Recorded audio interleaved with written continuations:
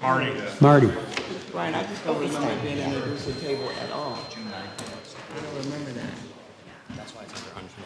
Jacques, all right. I don't remember it ever being. How we doing? I gotta go back and listen. Okay, we're going to open our study session. We've been holding it. First item is 8A. It's a local law.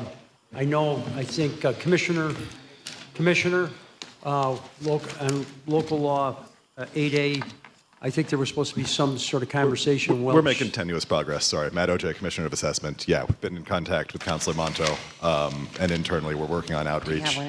If there's a desire for a committee meeting too, I think we'll be prepared to do that. Are you okay with that, Councilman Monto? Yeah. Okay, we'll have a committee meeting regarding it? Sure. Yeah. Okay. Thanks. We'll be here. Okay. Thank you. Thank you. And on behalf of President Hudson, I'll urge the appointment of any kind of commissioner deeds that we might have. Councilor Caldwell. Thank you, Pro Tem Hogan. Blessings to all today. I have items 10 through 19. Commissioner Byrd is here.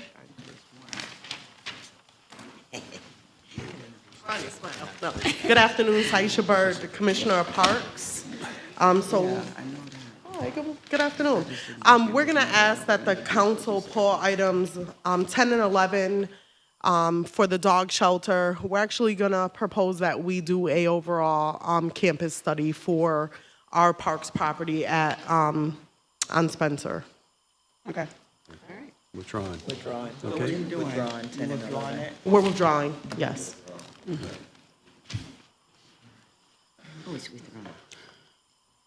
But you are continuing to? Yes. Okay. Yep. All right. Items 12.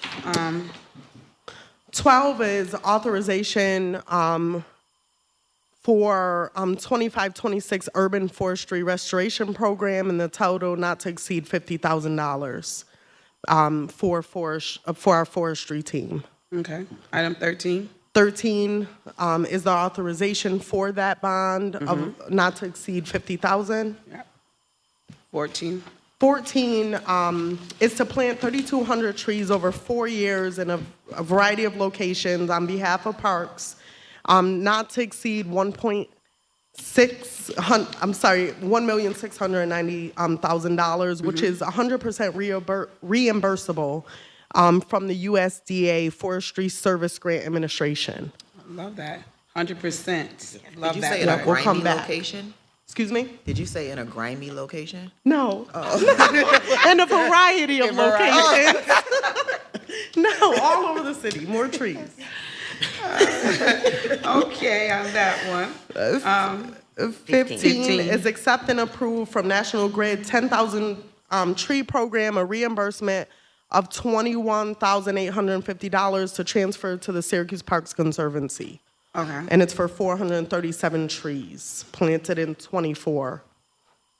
Okay.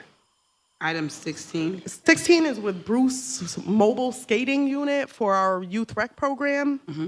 Not to exceed $3,400 to bring skates for the kids to skate. Sounds good. 17 is an application agreement to with Music Performance Trust Fund. That's also for some of our youth programming for free music, not to exceed $3,400. Awesome. 18. 18 is payment to DJ T twice to provide like DJ and music experience at our cooperative play day, Okay. not to exceed $500. 19. Payment to Henry's Catering to provide carnival treat experience on behalf of parks, not to exceed $1,000 for cooperative play day. Okay. Any questions? Just real quick, in 17, you said not to exceed what? 17 is not to exceed $1,000. Oh, okay. Yeah. I thought you said another number. I said, oh, we need to fix that. Okay. So no, we're good. $1,000. Sorry, no, Okay, I think sorry I about read the Bruce one, the 3,400. It's $1,000. Okay.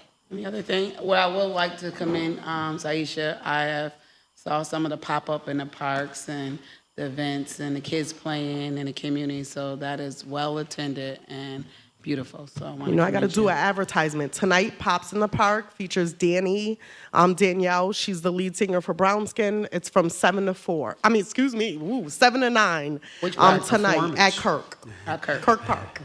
Come join us. Dance with us. All right. Thank you. Thank you. Okay, All thank you. set. Thank you, Counselor. Thank you, Commissioner. Counselor Mashuk. Thank you, Pro Tem. I have item 20 to 24. Good afternoon, Councilors. Rich Shaw, First Deputy Chief of Police. Item 20, it's an agreement, it's emergency medical services for a dog.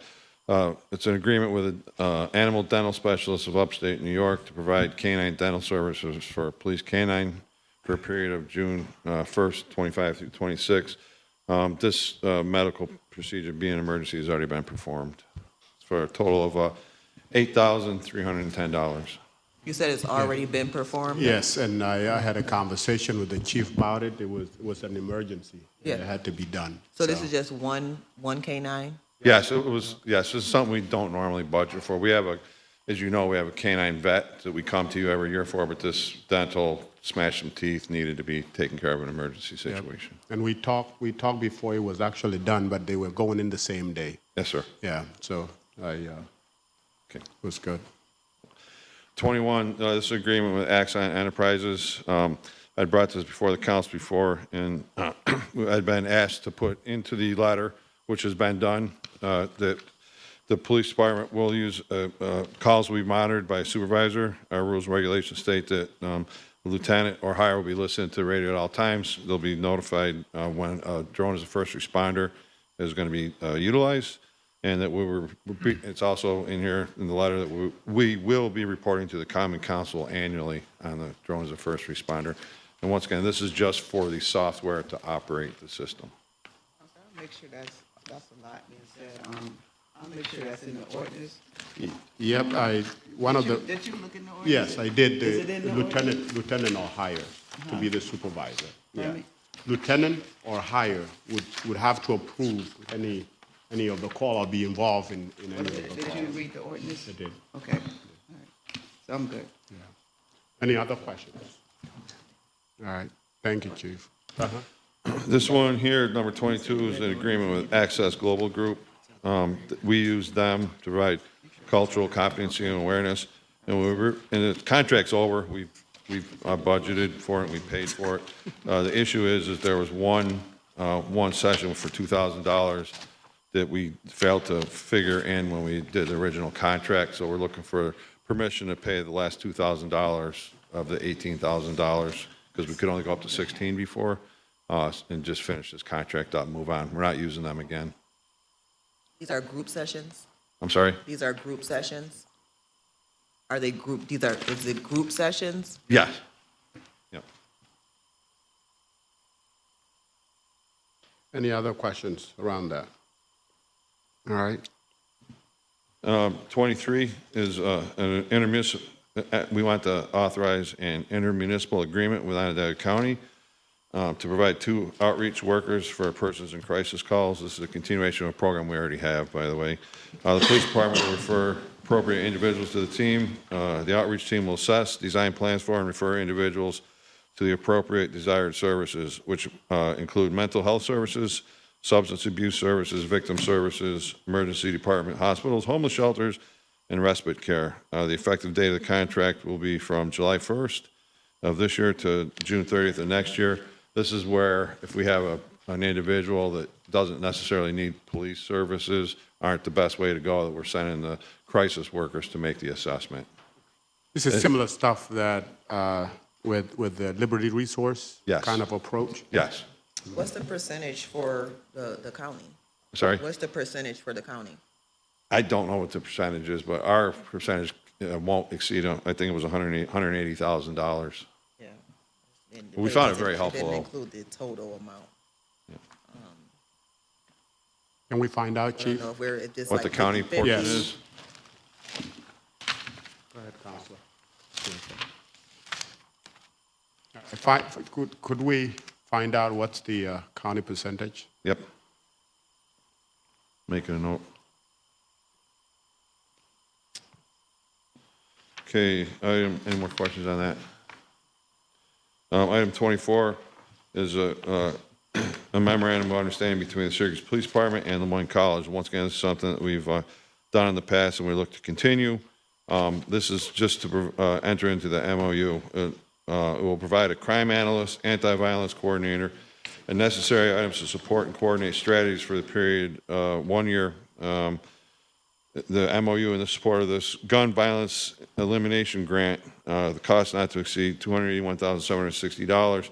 This is the person from Loyola College that's embedded in the Syracuse Police Department, paid for by a grant, that's tracking all our gun violence stuff.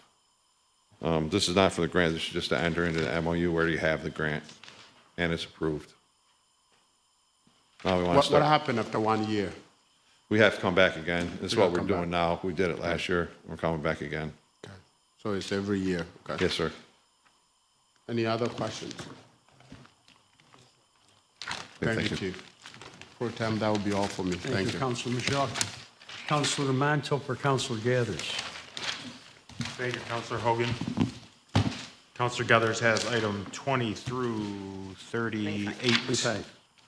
25. 25, sorry. I need new glasses.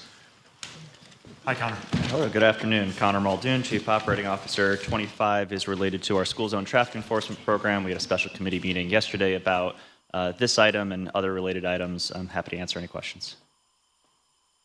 We're gonna hold number 25. We're gonna hold 25.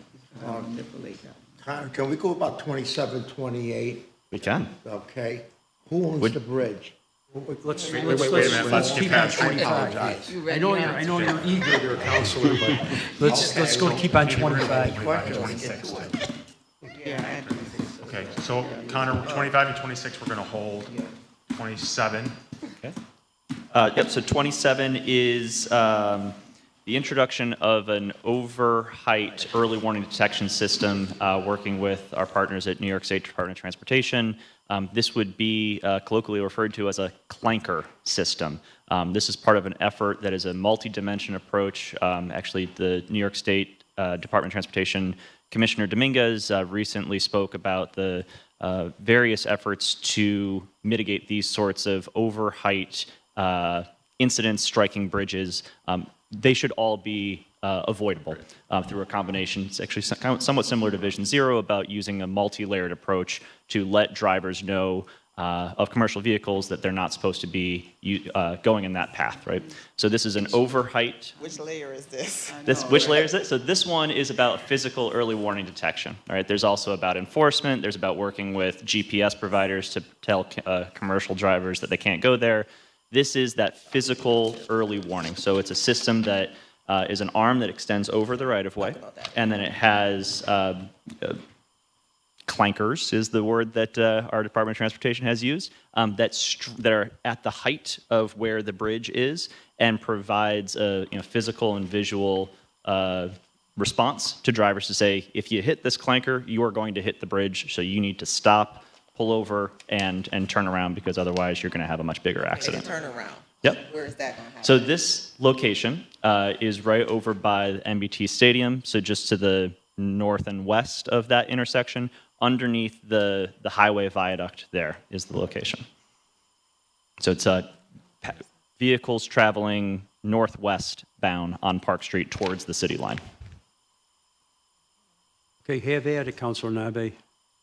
Oh, I apologize. One very important perspective is that this will all be reimbursable with CHIPS funding. This one. Okay, who is the owner of the bridge? I believe it's New York State. We own it, not the railroad company? Oh, I apologize. The rail line. Thank you very much, Greg. So I believe the rail line company should reimburse it. They should be part of this discussion because they own it, and I think that they should pay part of this as well. I mean, we've had flooding over there going back decades, and I don't understand why they own the bridge, and they've never been a good partner with the city of Syracuse. Okay, going back when we had On Track, they were not good partners, and I don't think the taxpayers of this city should have to bear every cost. I think they should bear some of the responsibility. It is their bridge. It is their bridge. They have a responsibility to maintain it and maintain that wall. I understand the security, but for a company that's out of state, not bearing any responsibility, in my opinion, and I'm sorry if I'm going to ruffle some feathers, but they should bear some responsibility to it. That's my opinion. I think we can absolutely discuss that perspective with our partners at New York State Department of Transportation Yes, to and our understand. law department as well. It's gone too long. All right, thank you. Does the law department have anything to say about that? Sue, Joe? It's difficult to regulate railroads, we'd have to research it. Okay. Yeah. Okay. What do you want to do on this, Councilman Manto? You want to hold? Both these? Or what do you want to do? We'll talk about it. We'll have an answer on that Monday. Okay. It's reimbursable through CHIPS, right? For CHIPS, that's correct, so state funding. So it's a CHIPS, so we'll forward it, but we'll forward it, but we'll have the law department research to see if we get some sort of reimbursement. Revised letter. A revised letter, we can do that, absolutely. Okay. What's the C CHIPS? Okay, Thank you. 29. 29.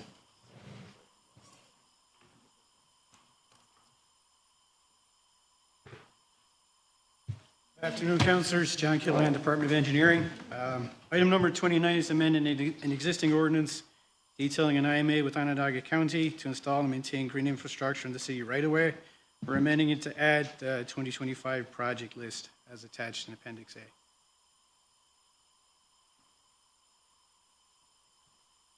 Questions? 30?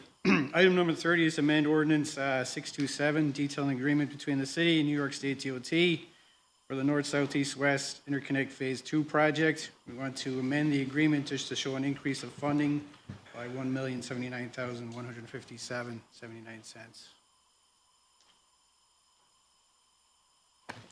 31?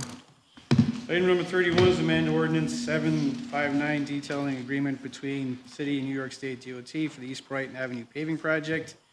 And again, we want to amend the agreement to increase funding by $1,971,000. And this is 11%. Okay. All right, 32? Items 32, 33, and 34, companion pieces for a new tip project. Pin 375709. Erie Boulevard West repaving, that's from West Genesee Street to Franklin Street. We're looking for bonding, project authorization agreement, cost not to exceed $763,000 for the design phases. Good. 35?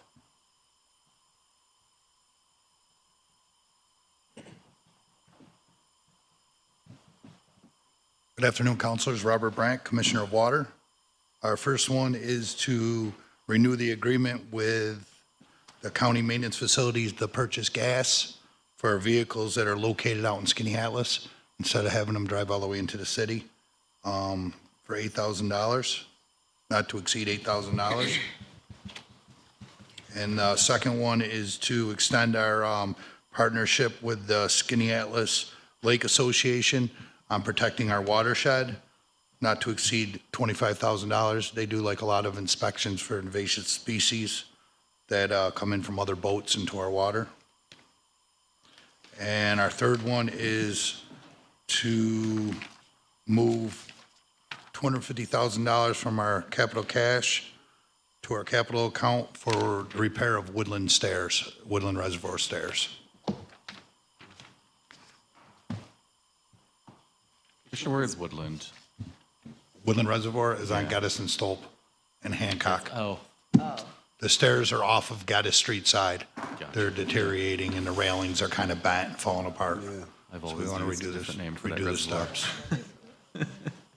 steps. Commissioner, related to the Skinny Atlas Lake item, I know that a couple weeks back, Catisco had a multitude of algal blooms. How is the water quality in Skinny Atlas up until now? We test every day. We haven't had any yet that we're concerned about. And as far as our reservoirs, this time of year, we keep our reservoirs low. And so we keep the water turning over. We're in good shape right now. Anything could change, but we're in good shape right now. Good, thank you. So when we went through those approaching heat temperatures, we were okay with everything? We have been. We kind of control the lake levels as well. So, we could try to, we dump more water, add more water. We try to keep everything moving this time of year, so nothing sits stagnant. Anything could happen at any given time, but we've been good right now. And I think, was it some point where fish were dying? None of that is happening? Yeah, it was nothing to do with, that was a shock. That happens all over the country when water temperatures spike right after, spawning season. DEC said that was just natural causes. Thank you. Thank you. You got 38 too, right? And Counselor? 38 is to approve an installation of an honorary street sign at Midland Avenue in Lincoln in recognition of Miss Ella Mae Davis Harrison. I'm all set, Counselor Hogan. Oh, thank you, Counselor Monto. Counselor Nave. Thank you, President Pro Tem. I have item 39, a resolution in honor of the Syracuse Adult Daycare Center and to recognize Sean James, its founder. Thank you, Counselor Nave. Thank you. I have street dedication 40. I think, that, Jake, this is you, right?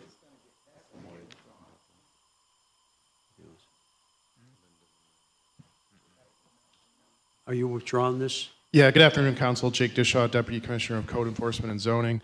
We're going to withdraw that item just for now.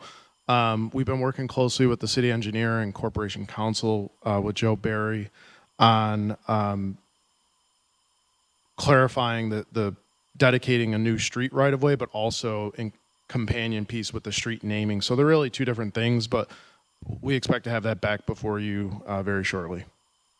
Okay, I would suggest also, I mean, obviously, we're dedicating, to dedicate a street for Officer Jensen, but could you give us a little historic background on the other two names? Absolutely, that'll be part of the process. Okay. Thank you. And then I have items 41, 42, 43. I'm going to rely on Councilor Manto. Are you okay with these, Councilor? Okay. Thank you for your work on this. Any other questions? Commissioner, do you have anything to say on this? I'll defer. This wasn't my request, so I'm going to defer to anybody more knowledgeable than I. Okay. Good afternoon, Councilor. Sue Katzoff, Corporation Counsel. My understanding is these will be held because they're local laws, but I certainly can give you a little bit of background. The council previously approved a long-term lease agreement to provide SHA with access to Eastwood Heights in order to renovate that property. That agreement was arrived at after months of negotiations where we started at trying to swap properties. And because there were still tenants occupying Latimer Terrace at the time, SHA was not in a position to be able to transfer title to Latimer Terrace to the city. As a result, we switched gears and tried to make a long-term lease work. Council approved that. I have been working with not only SHA's counsel, but counsel for the tax credit investors. This is a transaction that requires investment from tax credits, which is a state-run program. Because of the financing structure, the tax credits don't work easily when there is an intervening lease, such as the city's ground lease would be with SHA. So as a result of that, and because we couldn't get those terms to line up, and because time has passed and SHA has now relocated all of the tenants in Latimer, they are prepared to do the swap. So we are asking, there are 3 items on your agenda. The first one is a rescission of the lease agreement that we were trying to negotiate. And the second one is a request to authorize us to sell Eastwood to SHA. And I say sell, it's going to be a swap. There will be some consideration, which will be outlined for you. And the last piece of legislation before you is a request to accept ownership of what we call Latimer Terrace and what will become the linear park. So those are the 3 pieces of legislation. Because it is a local law, it has to be tabled today, and action can be considered at your next meeting. So procedurally, we'll introduce 42 and table, and 41 and 43 will hold Just so we do it all together? Yes, please. 41, 42, and 43 should be held. Well, 42 was local law, so we're going to have to table it. right? Yes, that's what I meant. Do you want to do it all together? Okay. Is that okay with you, Councilor Mato? Everybody else okay? Okay. Thank you. And Sue, you'll come back in between if we want you to kind of explain the details, because I think they're Anything you want, important. yes. Okay, thanks. Okay, I got 44, bunch of special permits, and 44, 45, 46. Jake Bischoff again, Deputy Commissioner of Code Enforcement and Zoning. Item 44 is a special use permit to establish a multi-unit dwelling, 7 apartments in a building at 318 Euclid. Proposal is to demolish the building and build this new building. Went through Planning Commission, met all zoning code requirements. No one spoke in opposition of the proposal. Jake, did this, is this at all have anything to do with the building adjacent? Did it, I know they went in front of the historic planning a couple of years back about building on. Is this a part of that at all? The one that's on the corner? Yes. No, this will be separate from that, and there will be proper buffering and landscaping in between. So it's separate, although it might be the same owner, but I'm not positive because they're all in different entities. Right, and now as far as that block, what is the historic nature for that block? Is local designations? Because I know a part of that first one on the corner is, but not the entire building. It was non-conforming. Some of it was non-conforming. But what is this other, the opposite side building? Do you know? I'll have to double check that. I don't have it in front of me right now. Okay. But if I recall, none of that was part of any deliberations with the Planning Commission. But I'll double check as soon as I'm done. Okay. I think we should. Well, if he's, We'll see for Monday. Okay. you'll check before we vote, obviously. Yeah. Oh yeah. I'll get back to you later today. Thank you. Yep. Jake, on 45, that was Pavia's Market. And it's been vacant for a while now. Can you give us more information on this? Is he a new owner on North Salina Street? Yeah, so item 45 is a special use permit to approve food and beverage retail land use at 848 North Salina Street. This fell into the category of one of the locations that needs a special use permit under the new zoning code. So that went before the Planning Commission. No one spoke in favor or opposition. There were no other related issues at the time. Is this going to be the same owner? Is this a new owner? A new business owner? Right.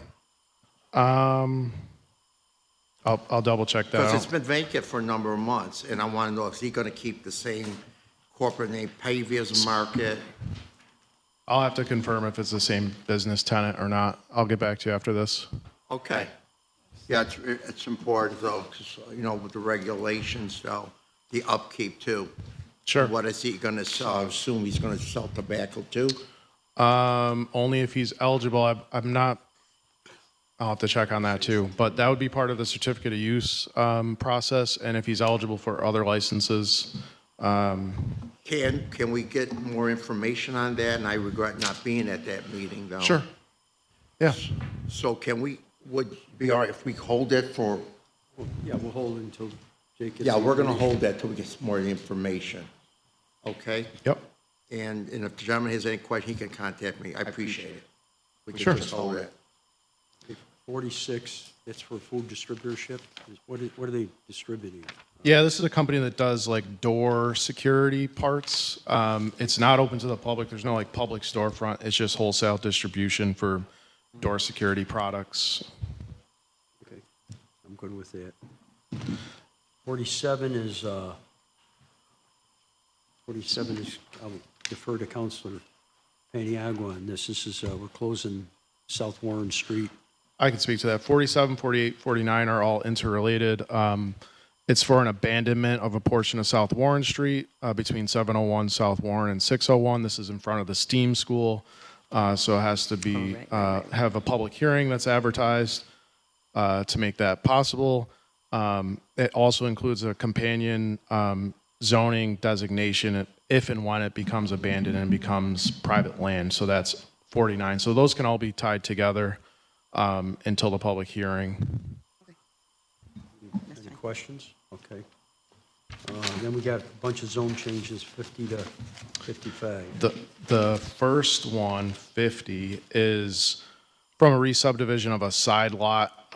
We're just going from small residential R3 to low-density residential R2 because the lot's becoming bigger on West Kennedy. This is the 445. Is it where that old car place that's going to be turned into? Yeah, got to be. Never mind. Go on. I can follow up with you offline. I'll look it up. Okay. And then 51 through 55 are all parcels that don't have a current zoning designation because they were created after the map was approved. So we're just assigning or designating the appropriate zone district to these parcels. We've had a few of these before you recently. Any questions? Okay. Hearing none, we'll go to 56.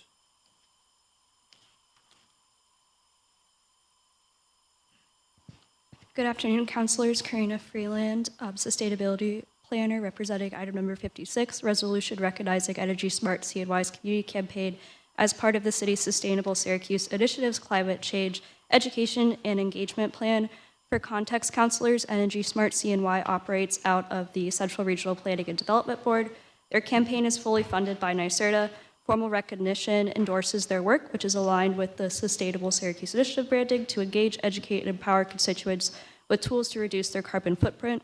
This resolution will benefit constituents. It recognizes a community partner agency and is part of the Sustainable Syracuse Initiative's Community Climate Education and Engagement Plan. What do you think? I think that's terrific. Yes, fine. Okay. Thanks, Karina. Thank you, councilors. Okay. And 57 is, we're going to recognize Ken Sniper, the founder of the Brooklyn Pickle, Councilor Majuk's favorite sandwich place. Is he gonna My bring second sandwiches? favorite. No. He's going to bring sandwiches? I don't know. I haven't talked to him. You've got to Give a bring suggestion. sandwiches. You got to be careful. We're in a mics here. Come on. Okay. Councilor Williams. Thank you, Councilor Hogan. I've got items 58 through 69. The first one is an amendment to the traffic code that I'm proposing. Little context. I got sent a picture by some residents of the city not terribly long ago and said, can we do something about this? And I will describe the picture because y'all probably can't see it. But there's a shuttle bus parked in the middle of the bike lane. And directly adjacent to the shuttle bus parked in the bike lane is about 5 different parking spots.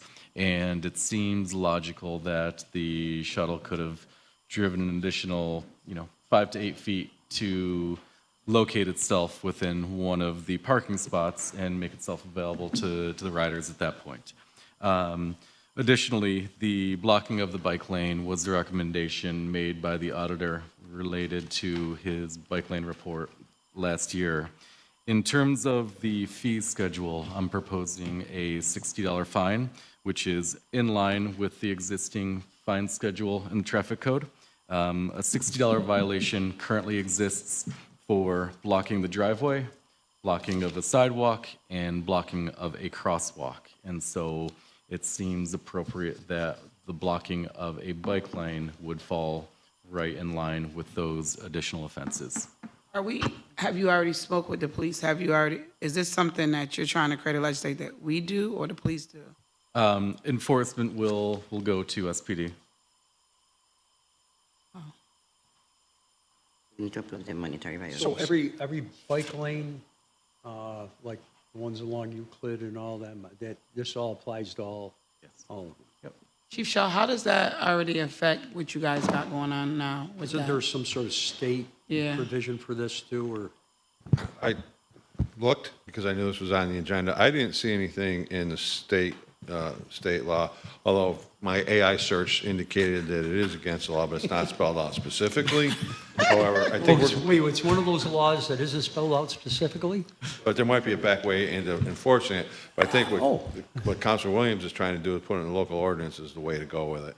Correct. Then we can enforce it. I think it kind of, Councilor Williams, thank you for this. I think when we had the committee meeting earlier this week, we had talked also about, the fact that, as we are trying to make city more conducive to bikers and especially around downtown area and the main street as people ride along to make sure that those pathways are open and not blocked. And that it goes along with the idea of Vision Zero, making sure that, it's a safe place. So I think it's a great idea. Let's do that. So, I'm sorry, I mean, some of these bike lanes, I probably should look to see if, on the streets, I'm assuming that precludes odd and even parking when there's bike lanes. Is that true or what? I don't know. I mean, you can't It's been a long obviously time since I wrote a park if parking ticket, Counselor, and the bike lanes are relatively new, so I'll be honest, I've never written any tickets for violating the bike lanes. Do you have anything to add on to this or anything? I can see where it's lined up with already existing legislation. Right, we currently have, again, for blocking driveway, sidewalk, and crosswalk, but bike lanes are within the right-of-way, and so they're a unique and distinctive component. Yes, Joe Barry, First Assistant Corporation Counsel. Our office has researched this issue. The state law allows us to designate bike lanes and prohibit blocking them. It's a parking violation like the other violations the counselor just mentioned. And, we need to amend our local traffic code to create the violation. The enforcement and mechanics of it is something that probably requires more discussion with SPD, appropriate signage, et cetera. Well, all I'm asking is that when we have bike lanes, is there those signs up saying odd even parking? Because to me, that'd be sort of a bipolar way of looking at things. If you couldn't park there, you'd be if you were parking there, you would be blocking the bike lanes. So They we are sure of separate that? from where it's currently allowed to park, even in odd-even parking. So there's no odd even parking signs on those streets that have bike lanes? There may be, but the bike lanes are a different portion of the right-of-way than where vehicles will be parking. I wonder if that would confuse people. And an example, too, is when you look at South Salina Street. Is it south? Yeah, south between Fayette and Washington. There is a bike space there, and then there is a parking space, right? And they are both there. And I can see why it would be problematic because somebody would want to park on both sides, because somebody would park and then somebody park, and that space need to be open at all time. And you can even see when delivery trucks stand there and the problem it produces. I think this idea is a great idea, and it should be. It's similar to, speaking of delivery trucks, there's a fine for blocking a loading zone. Right. There's that too. Yeah. I think it's a good idea, but also public awareness. We probably need to do some outreach so folks can know that this is possibly happening. I don't know. I'm also concerned about, and I see this a lot, VO bikes being dumped in those bike lanes. That's another problem.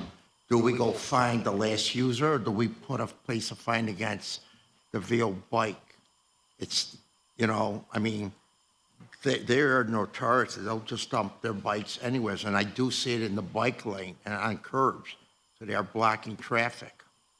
Yep, I think, when we have a conversation with VO, I think that's probably tied to their AI technology for the end of their ride. And Counselor, not only... They're not registered vehicles, so. Yeah.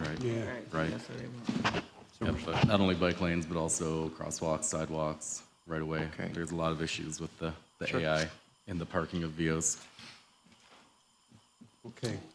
So I guess moving on to item 59.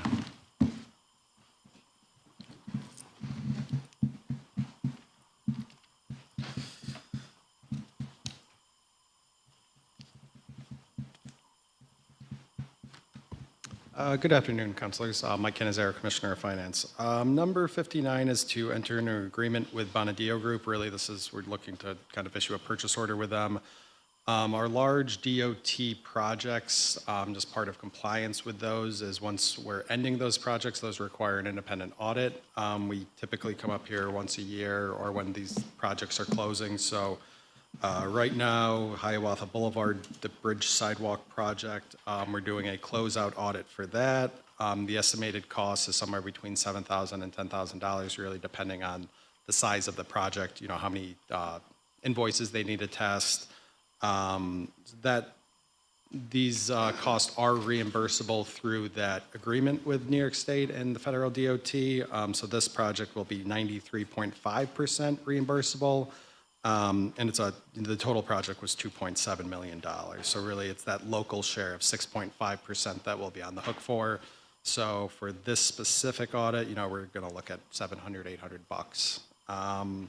Any questions? This should read 93%, not 80%. Yeah, most of the projects, the low end of the reimbursement is 80%. So we kind of just use, with possible 80% and, upwards of 100%. Some of these projects were 100% funded by the federal and New York State. Talking about a large amount of grants that they will be Anytime Mary or, John Kivlahan come up here, these are the kind of the end of those projects. So Commissioner, when you say certain, is there close to what Council Peniel is asking? It says certain. Is there amount to it that would be audited and not audited?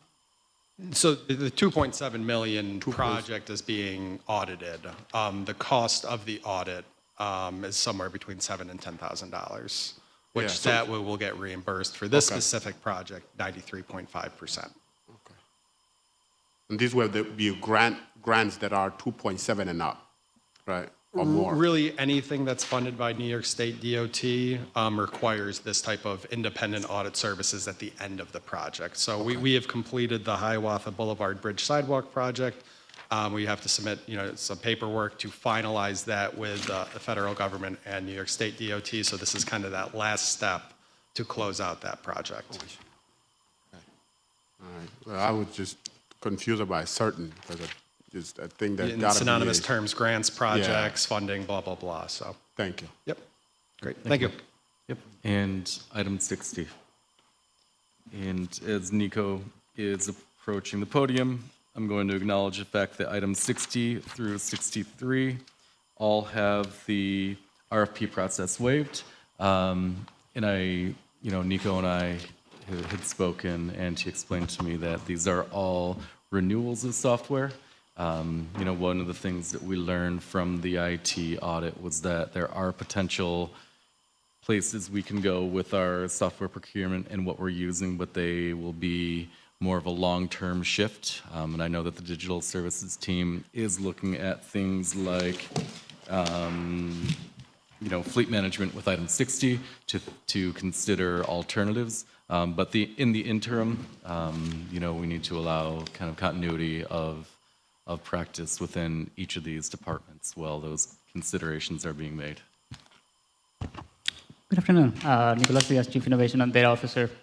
You're absolutely correct, Councillor. Are there any questions?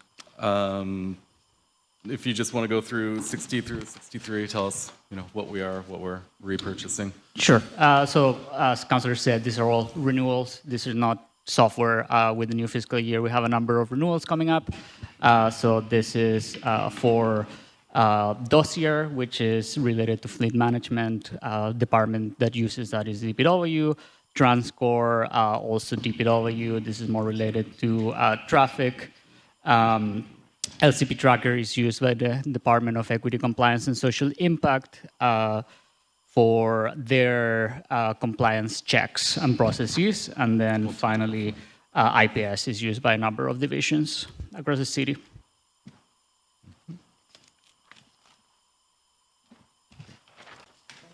Nico, I just want to make one statement, right? So you say all these was contracts. 61, 62, 63, they was actually done by PO instead of contracts, right? In the past, Yeah. yeah, in the past, some of these have been procured not with a waiver, but with a piggybacking.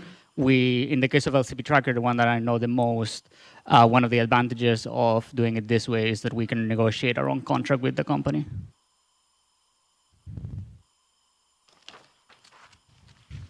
Good. So when can we expect to have RFPs, you know, on these items at some point? Well, certainly for new, if we're incorporating new tools, I would want to make sure that we have an RFP or any sort of more thorough market research rather than picking a tool without the due diligence. Since these are renewals that we're already using, this is just continuing current operations, right? Over time, we do want to make sure that we're identifying ahead of time what software needs to be upgraded across the city, and make sure that we're doing RFPs or other forms of deep market research. I mean, in essence, this locks us into 2 more years of each of these companies, correct? We don't anticipate major changes to any of this software. Actually only lock you into one. You guys can request the RFP to be Well, done. two within- one-year Yeah, one-year but renewals, what I'm so it's saying 2 is that years. You all can say, hey, we'll give y'all that year and request the RFP to be done and not agree to the 2 one-year renewals. So we could amend all Yeah, this. you can do 1 year and have them have opportunity to do an RFP, even though it probably will come back with these proposals or whatever. Are you comfortable with this, Councilor Williams, or We after your can- I guess maybe we conversation? We can talk about it further? I'm comfortable, but we can have additional conversation, you know, I'm part of a body, and it's a decision by the body, not by the individual. I think I mean, obviously, nothing changes if nothing changes, so we would like, maybe we should have a conversation. But Nico, I know that you're saying like, we need to figure out which software will be used across the city and which software will be eliminated. Do you think that you guys will know that within 8 to 10 months? We already have some things that we are looking to prioritize. We can have a offline conversation about the specifics, if that would be helpful. Good? Monday. Thank you. Thank you. And 64.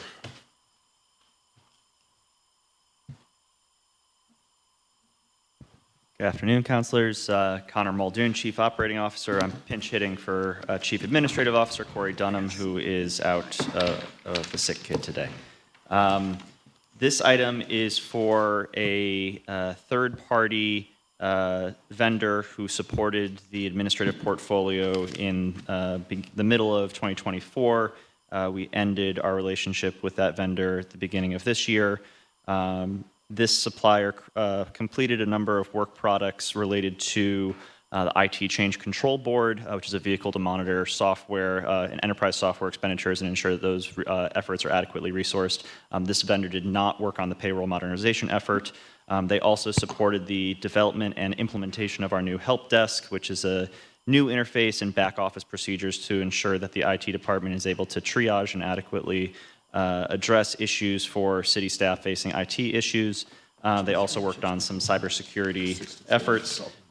This vendor did exceed their authorized scope, but based off of the received value that we received from their services, it's our perspective that they should be paid for the services they provided. Great, thank you. 65, 66. Erica. And 67. Hello, America Trier, Executive Director of the Downtown Committee of Syracuse. Items 65, 66, and 67 are all items that were approved as part of this current fiscal year's budget. So the items on the agenda today are our ability to then execute upon those funds. So items 65 and 66 are the annual agreements we execute with the city to administer on both the Krause-Marshall Business Improvement District as well as the Downtown Committee of Syracuse Special Assessment Programs as presented during the budget hearings. And then item number 67 is an agreement between the City of Syracuse and the Downtown Syracuse Foundation to administer the Syracuse Cultural Festival Fund program. This is the third year that we've been working on this program with the city. It's a $150,000 line item that's set aside to support festivals and events throughout the city of Syracuse. So last year, with the $150,000, we were able to support 27 events citywide. These are grants. It's an open call for applications for any festival happening throughout the city of Syracuse. We put together a review committee who reviews and scores the applications based on a set of criteria that was developed in partnership with the Common Council. This $150,000 would be for festivals starting this current fiscal year. Erica, do you have a, do you guys have a printout, or is it on the website of like who's on that committee? We do. So we have the agencies involved. So we don't necessarily, and I'm happy to share with you offline, publish the committee names themselves. Sometimes we've received feedback from applicants, and so we, as the administrator, take that feedback. But represented on the committee would be Downtown Syracuse Foundation, CNY Arts, Visit Syracuse, the City of Syracuse, and the Syracuse Common Council. So there's typically 9 review committee members that participate. Do you also have the list of the recipients as well? I do. Okay. Okay. Yeah. I can email that to you for this Yeah. past year and the year before. I would like to see it. Sure. Yeah, that'd be wonderful. Thank Yep. you. Thank you, Erica. Thank you very much. Thank you. 68. Hello again. With 68, we'd like to amend ordinance number 190 of 2025. This, you might remember, we've been here twice before. This is our contract with Bill McGuire, providing SharePoint services. This is just a technical correction to reflect the ownership of the company who we're doing business with. It's an essential service for process optimization in the context of citywide reval being held hostage and dropped. We really need this now more than ever, so hoping to get going with it. Thank you all. 69.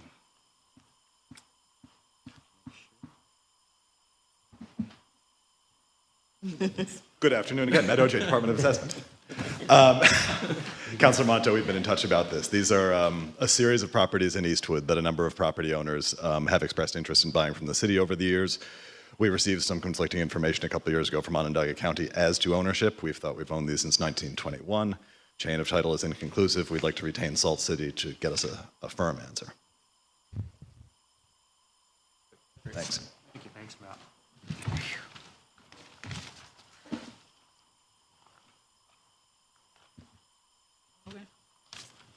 Petrona. Counselor. You're all whispering to me. I was looking back in my back. Okay. Counselor Jones-Rouser. Thank you, Pro Temp. I have items 70 through 105.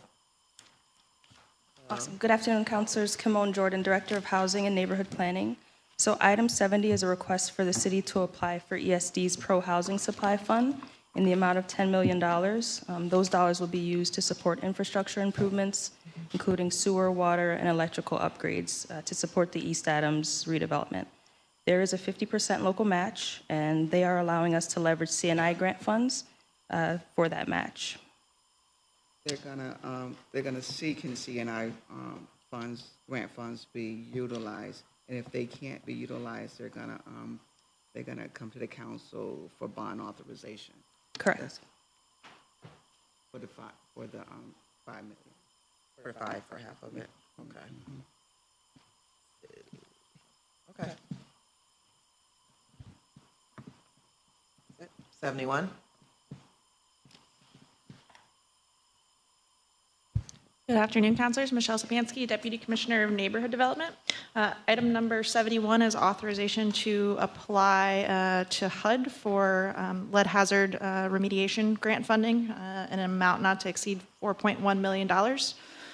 We estimate that that will allow us to complete remediation of 115 units at least There is a 10% local match, which we will cover through existing kind of allocated sources, in-kind staffing that is already covered through the city budget, as well as distressed property funding that we have allocated through CDBG.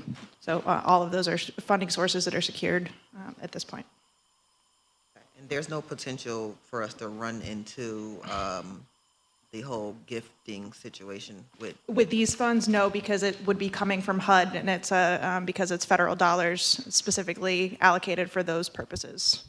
It's fine. Any other questions on that one? All right. Item number 72 is authorization to enter into agreement with the Greater Syracuse Property Development Corporation, or the Land Bank, in an amount not to exceed $750,000. This is just their annual operating agreement. The scope is the same as what it was last year. So, Michelle, just so I'm clear, does this include the 300 for? Is this the regular budget? This is their operating services agreement. So the funds that you're referring to is a separate allocation of dollars. Okay. All right. Any other questions on that? All right, thank you.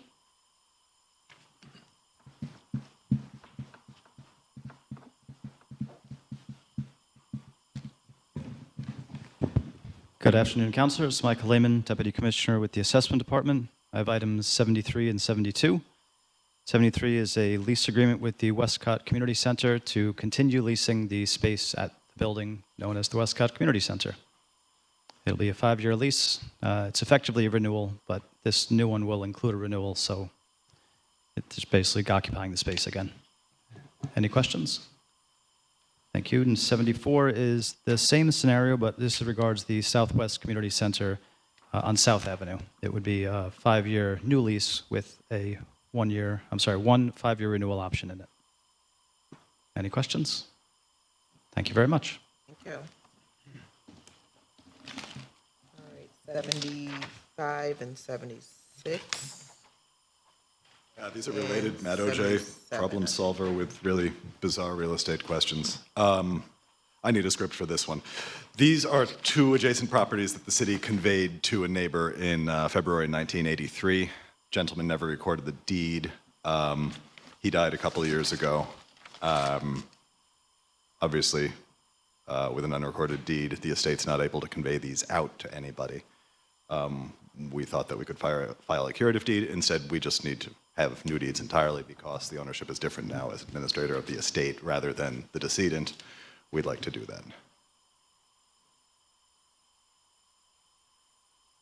Thank you all. And I'm going to talk to you after. I got you. Okay. All right. 77 through 79.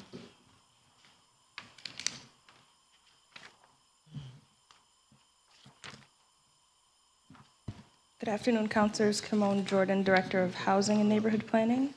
So 77 through 79, looks like we're requesting an amendment to some technical corrections for the description.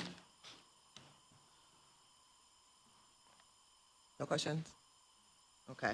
And 80 through 105 are all sales of long-term tax delinquent properties that are vacant land. I don't know if we need to go through every one of them. They're all vacant. They're like 20-plus years. 105 Yeah. So yes, I agree. The only question I would like to say and put it out there, Councilor Wowser, is that in the neighborhood that you're taking them in, Cannon, West Lafayette, it's like a decimated area. There's already a lot of houses that Land Bank already own, whatever. These not houses. These not houses. A couple of these are. These should all be vacant lots. These are all vacant lots. 80 through 105 are all vacant lots. Yep. Even the one on West Lafayette? That's not vacant. So when I looked that up and I was confused. They're not vacant. I thought maybe it I know the got knocked owners- down at some point and I didn't They're not. realize. So the whole premise is there is the blue house on Lafayette, the white house on Lafayette near the corner. Those are 2 houses that are by the corner. And then you got Brighton, where all those You know what I mean? So it's like the back door of these other houses, right? Correct. We just want to make sure that we get a plan because they're already, you know, every time I see it, it just breaks my heart as we come into the community and these houses look like it looks. So just, I know Mayor's office told me that there will be something moving forward, but it's just, you know, it's just a lot of houses in like 3 blocks. Correct, That yes. will be, And these parcels fall within an R&I area, so there will be plans for infill housing development, Okay. especially the properties along Brighton, near Cannon. The land bank recently got those in their inventory within 6 months. They do plan to demolish those properties this fall or early winter. So the properties on this list here will actually support site assembly because sometimes the land bank might own one and the next one might be tax delinquent. So it'll allow the land bank to do resubs and create new parcels for infill. thank you. Any extra questions? Thank you, councilors. Thank you. Councilor Jones-Rouser, Oh, yes. for your amendment. All right, so, Pro Temp, I need to amend the resolution we passed a few weeks ago for the honoring the legacy of Harriet Tubman, the bypass, the byway throughout New York State. So that amendment resolution just had some verbiage that needed to be changed. Okay, thank you. Councilor Manto? Thanks, Councilor Hogan. Item 107. You're back, Matt. Matt O.J., explainer of airport properties. Okay, a little backstory then the request. In 2013, the city leased Hancock International Airport to the Syracuse Regional Airport Authority. It's a 40-year lease. The airport has all responsibilities and benefits associated with this. They periodically enter into ground leases with prospective end users, you know, in this case, constructor user of a building. This ground lease will outlast our lease agreement, putting us into the position potentially of being this entity's landlord on the back end of our lease. To get everybody on the same page and formalize this agreement, we're asking for a ground lessor agreement between the city and developer.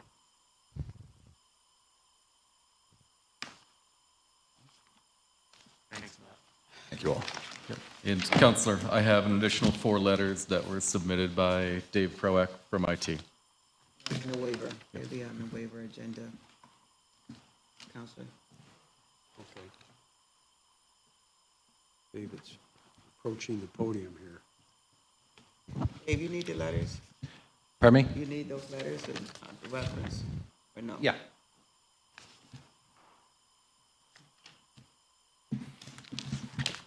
Afternoon, councilors. I'm Dave Proack, Director of IT.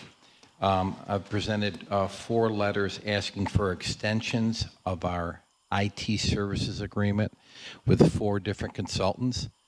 This was left over from an RFP in September of 2021, I think.